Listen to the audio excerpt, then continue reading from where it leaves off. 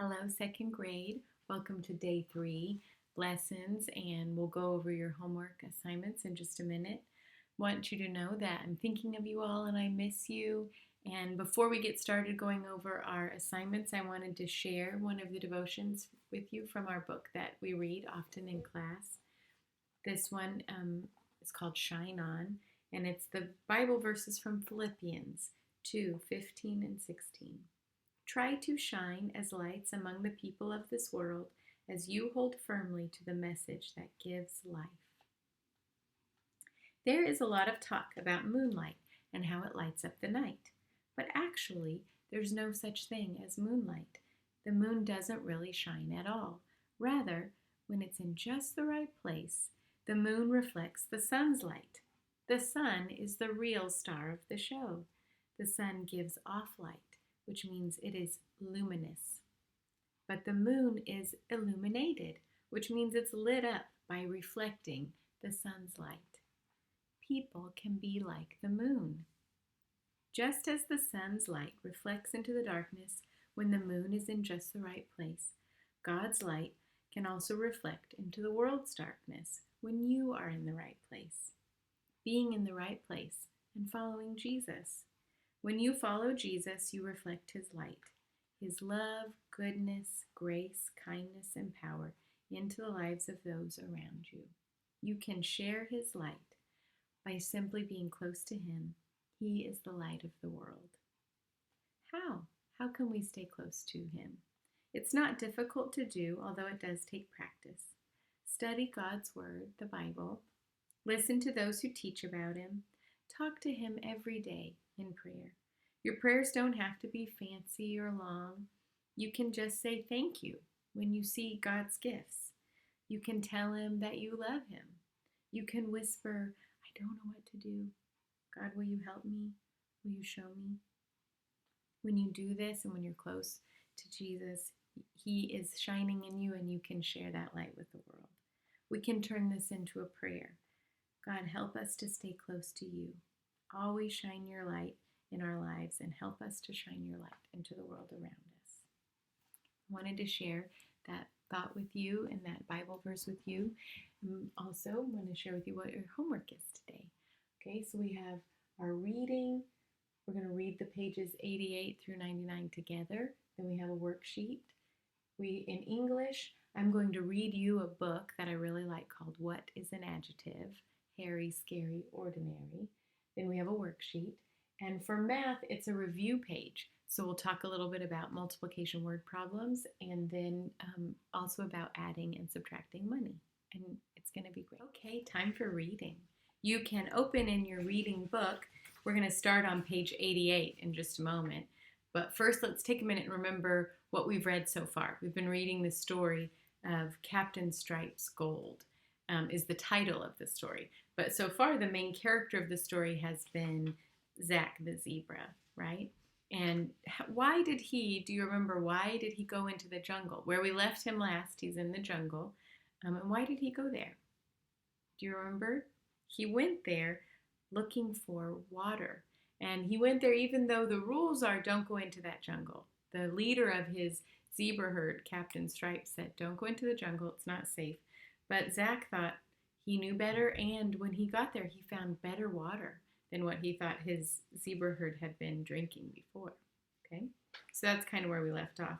Now, do you remember these pictures from the very first day when I gave you some different animal riddles? Who do these two pictures remind you of? Anyone from the story?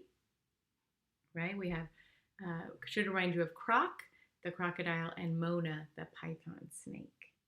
Those two characters have been talking to Zach, the zebra.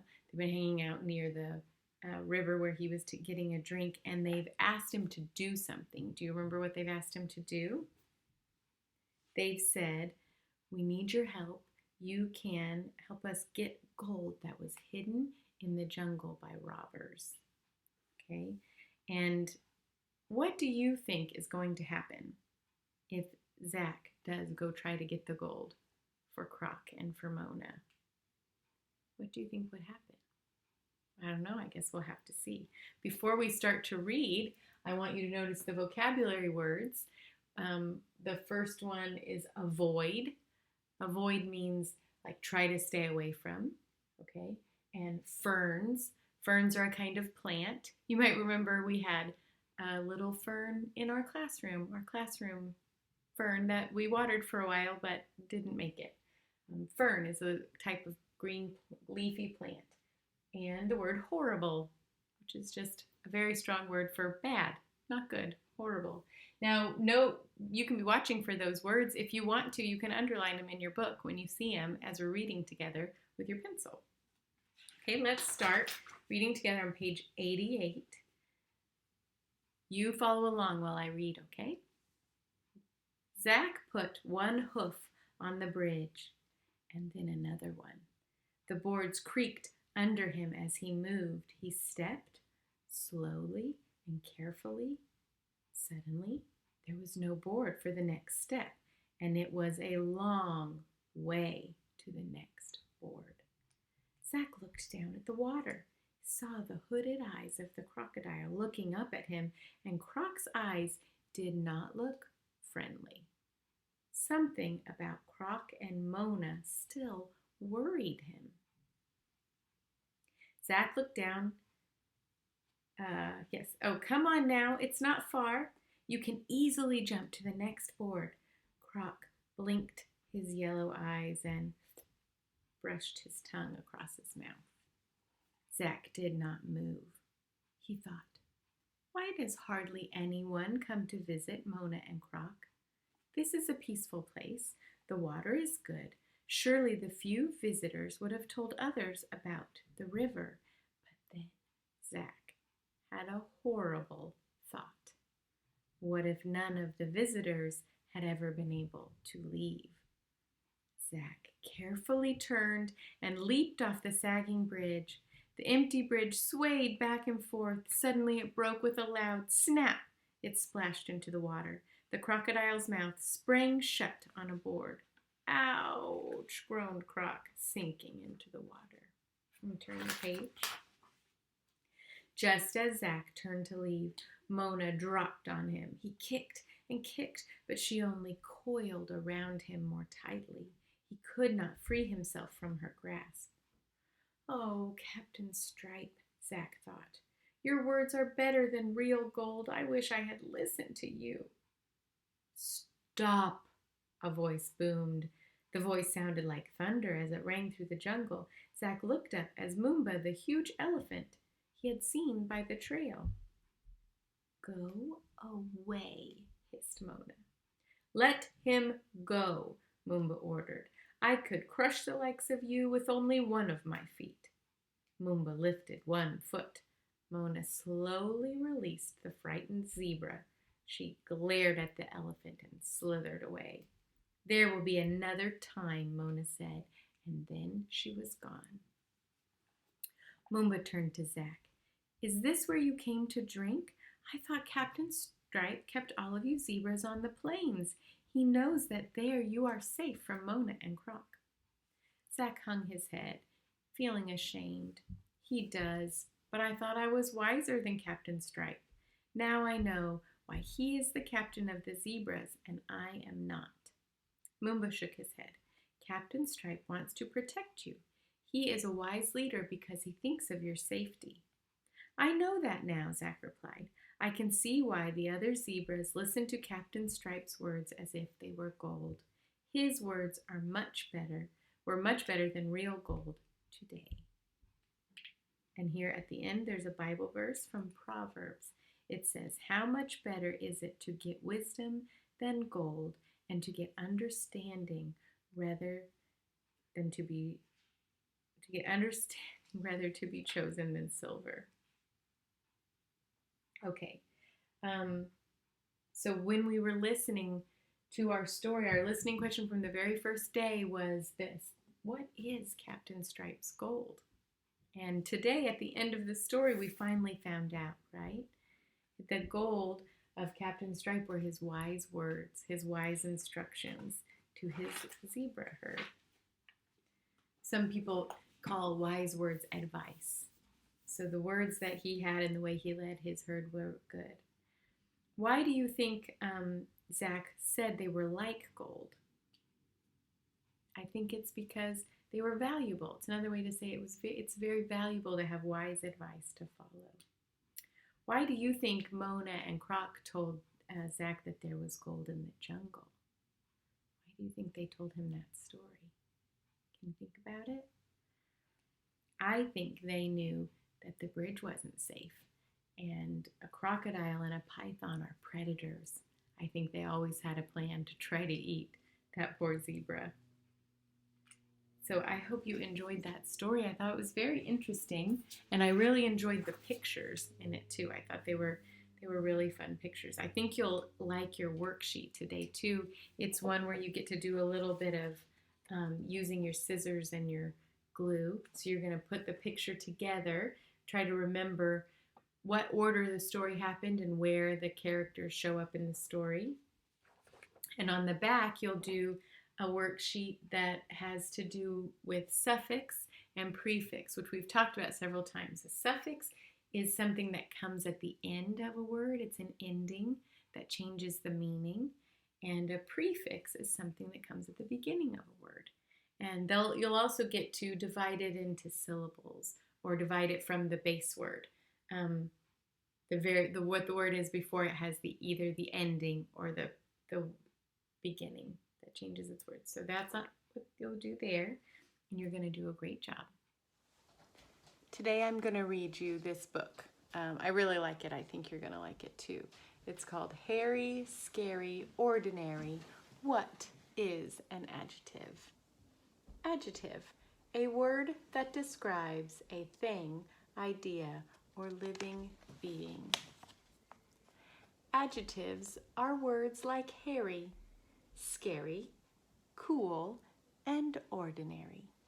They describe like tan and tall, funny, frisky, smooth, and small. They tell us things are orange or green, hot or cold, or in between. Leaky, squeaky, ancient, new, easy, breezy, broken, blue. Adjectives help tell us more, like narrow street or favorite store.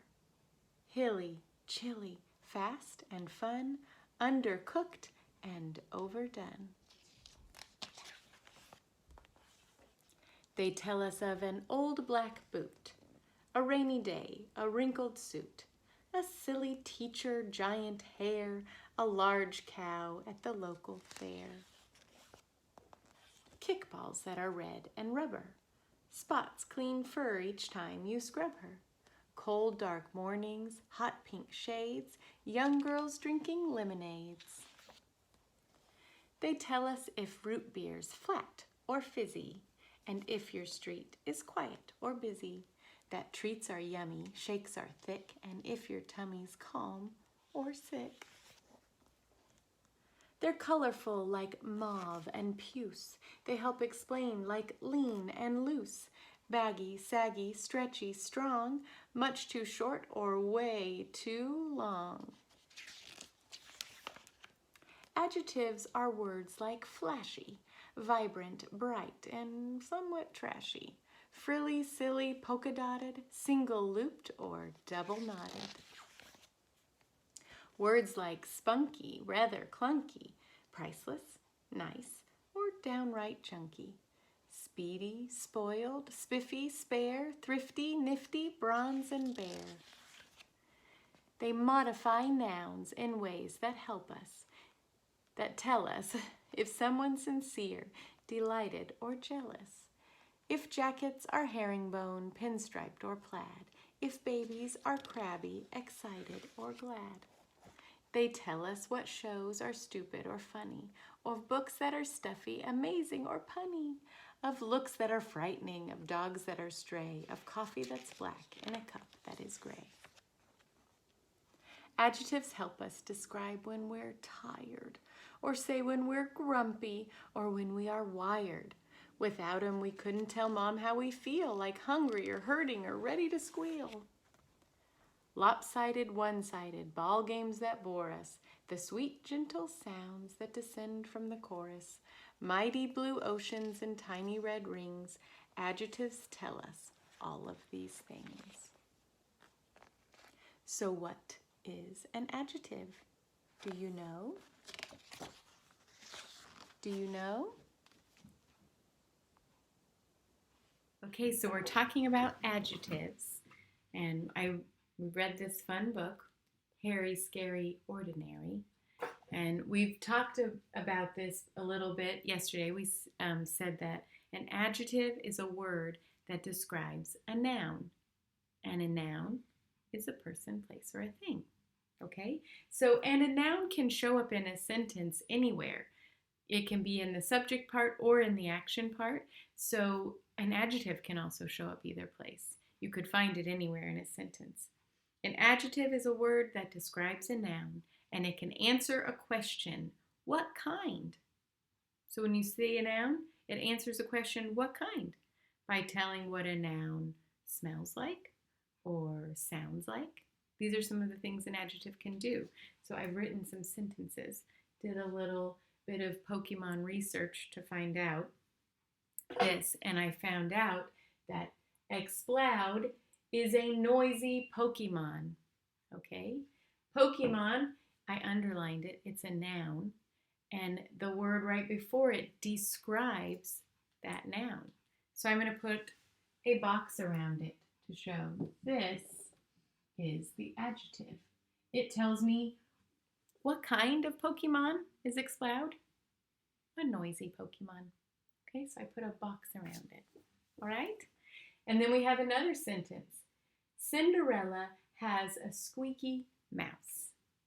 So I underline mouse. This is the noun. And then I want us to put a box around the word that describes what kind of mouse. What does the mouse sound like? It's a squeaky mouse. Okay? So when you do your worksheet today, you'll be doing that. You'll be looking at sentences, and remember to always check the blue instructions on your English homework, because sometimes they tell you to do more than one thing. And sometimes they're asking for underlines or circles or boxes. Okay, so pay attention to the instructions. One of the things that you'll be doing is drawing a box around the adjectives that answer what kind. Okay, so you'll also get to make a little word web, which we did before about an elephant. Do you remember? And then they're going to ask you some about linking verbs at the end, just to remember linking verbs like is, are, was, were, those kind of things. In those, you'll just circle the linking verb that best completes the sentence. So a little bit of review and a little bit of practice using adjectives. An adjective is a word that describes a noun. It can answer the question, what kind? And on this worksheet, it will be answering what kind by telling what a noun smells or sounds like. It can also answer a question, what does it look like? Okay, let's look at our math homework now. This is a review page. One side is all multiplication word problems. This is just like what you've done before. So just want to remind you to make a picture over here to help you solve it. And you can write your answer over here. I think it's just like what we did on the other page, and I think you can remember that, or you can even check the earlier video if you want a few examples of how to answer those. I want to look at the problems on the back and remind you these are ones about money. So I want you to use the boxes next to them and simply draw things to help you know what money amounts they're talking about. Okay, let's do number one together. Number one on page 200. Will had 3 $1 bills. Okay, so we'll draw it. 3 $1 bills. 2 quarters. And 2 nickels in his piggy bank. He earned $2 for helping his neighbor weed the garden. How much money does Will have now? Okay, so This, when it says how much does he have now, it's kind of like saying how much altogether. So you know this is an addition problem. This is going to be an addition problem. We're going to add this amount to this. It'll be an addition problem. So let's start with our biggest amount and say $1, $2, $3. And remember, quarters are 25 cents a piece, so we'll say 25.50. And then nickels are each worth 5 cents. So we'll say 25.50, 55, 60. $3.60 plus $2. How much money does Will have now? He has $5.60. So if you will draw your money, it will help you get your amounts. And I want you to remember to line them up. Line up all the columns in the right place so that you'll get the right answer. Okay, so that's how you do number 1. The next problem ends with how much money does Gina have left? So we know that gives us a clue. That's going to be a subtraction problem. So you're going to draw your money again like before, but when they say she spent $1 to buy a comb, just mark out $1 from what you've drawn, okay? The how much money does she have left lets you know it's going to be a subtraction problem, okay? And then on the bottom, you have 2 different people, and they're going to want you to draw the money for each person. Darren has 2 quarters, 2 dimes, 2 nickels. So you're going to want to draw that. And you remember quarters are worth 25 cents, dimes are worth 10, nickels are worth 5. Okay, so you'll draw it, you'll add up the amount and put the amount at the bottom, and then when you look at those amounts, you'll be able to see who has more money. And then you take that information and you'll know how much more. If you want to find out how much more, that's going to require some subtraction. Okay? If you have any questions, you circle your question and you can email me. You can take a photo of your question and have your mom send it to me, and I'd be happy to help.